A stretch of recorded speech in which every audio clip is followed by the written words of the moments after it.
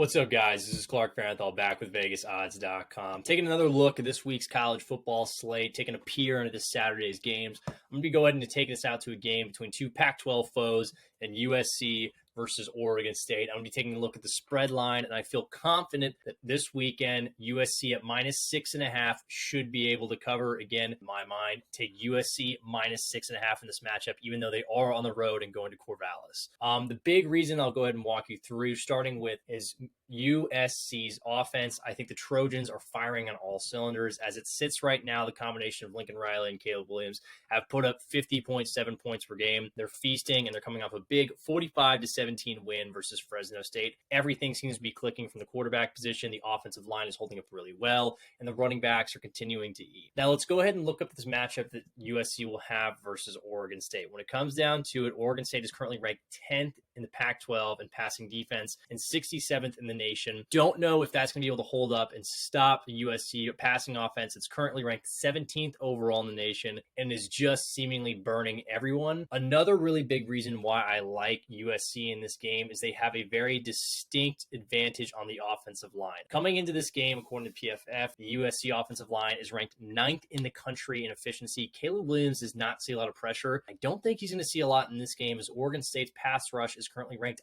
119th. That's to give Williams a ton of time to sit back there, find his receivers, find his playmakers, allowing for a lot of explosive plays and continuing to let this USC offense to cook. Another thing I really like in this matchup for the Trojans is the combination they have in the backfield between Austin Jones and Travis Dye. Last week, the pair went for over 200 yards, combined for 2 touchdowns. And again, I think this is a running attack that might not have those numbers exactly, but should be able to produce against an Oregon State rushing defense that's currently 71st in the country. It's not terrible, but it's not great either. It should be something that USC should be able to take advantage of. Again, USC's offense in this game is what I'm leaning on. I like it a ton. Oregon State does do things well, and I think they could have an opportunity to exploit USC on their side of the ball offensively, because their Trojans are currently 97th in rush defense efficiency, and Oregon State runs the ball about 60% of the time. So Oregon State could feasibly be able to get points that way, because they do like to run the ball, and USC isn't the biggest strength. But overall, the Trojans are allowing under 20 points per game so far as a defense. I'm sure they'll give up a little bit more than that. But again, my thinking in this matchup is I don't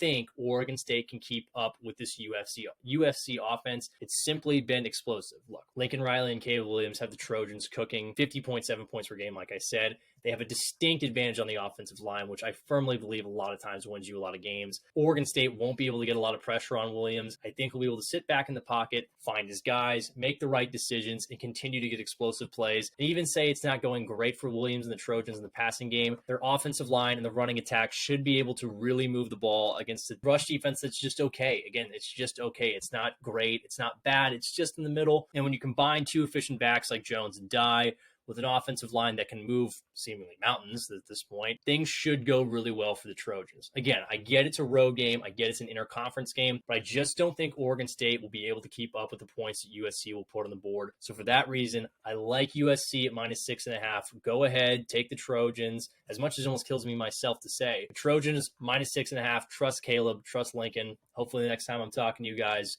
we each are a little bit richer.